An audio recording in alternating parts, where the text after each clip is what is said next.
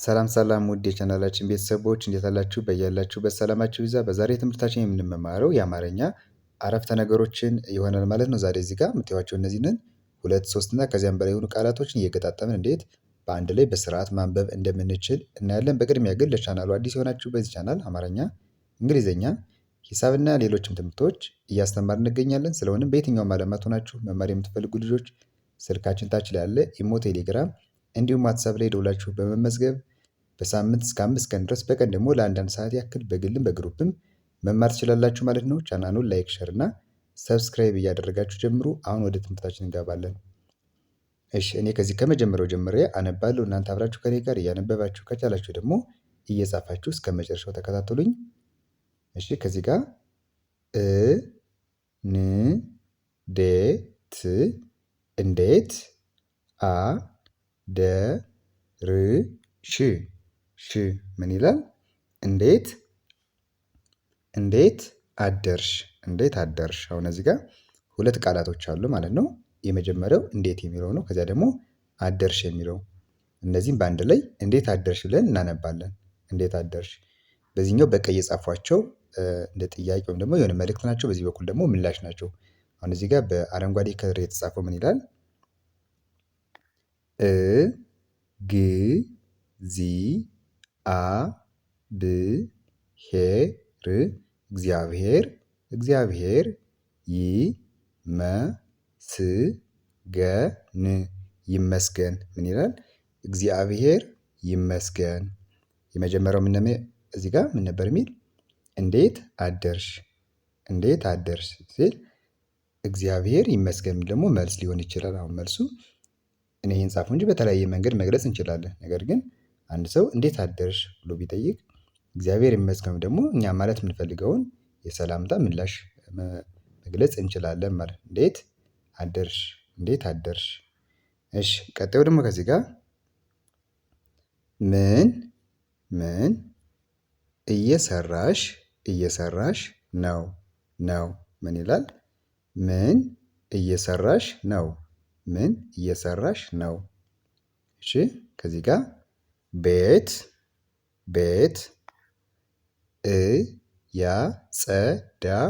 እያጸዳሁ ቤት እያጸዳሁ ነው፣ ቤት እያጸዳሁ ነው። ከዚህ ጋር ምን የሚል? ምን እየሰራሽ ነው። እዚህ ጋር ጥያቄ ነች፣ የጥያቄ ምልክት ነች። ምን እየሰራሽ ነው? እሺ ቤት እያጸዳሁ ነው። እሺ ሶስተኛው ደግሞ ስራ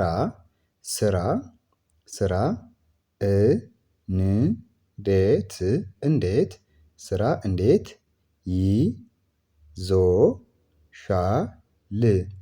ይዞሻል ምን ይላል?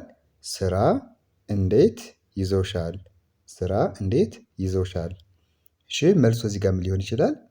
በጣም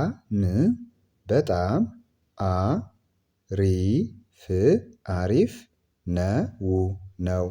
በጣም አሪፍ ነው። ጥያቄው ምን ነበር የሚል? ስራ እንዴት ይዞሻል፣ ስራ እንዴት ይዞሻል።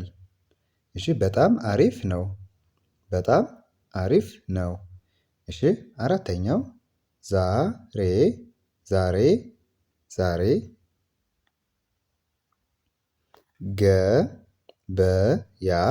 ገበያ ዛሬ ገበያ ትሄጃለሽ ምን ይላል? ዛሬ ገበያ ትሄጃለሽ ብለን ለመጻፍ ሶስት ቃላቶች እንጠቀማለን ማለት ነው። የመጀመሪያው ዛሬ የሚል ነው። ከዛ ገበያ እና መጨረሻ ደግሞ ትሄጃለሽ። ዛሬ ገበያ ትሄጃለሽ። እሺ መልሱም ሊሆን ይችላል? አዎ ይቺ ወ ማለት ሰባተኛ የወ ቤተሰብ ነች። አዎ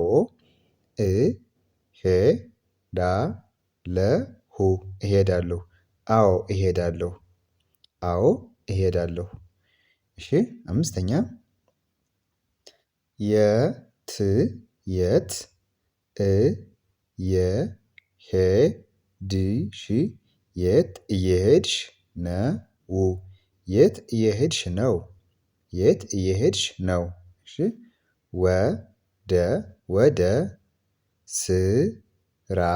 ወደ ስራ ቦታ ነው ምሄድ ምን ይላል?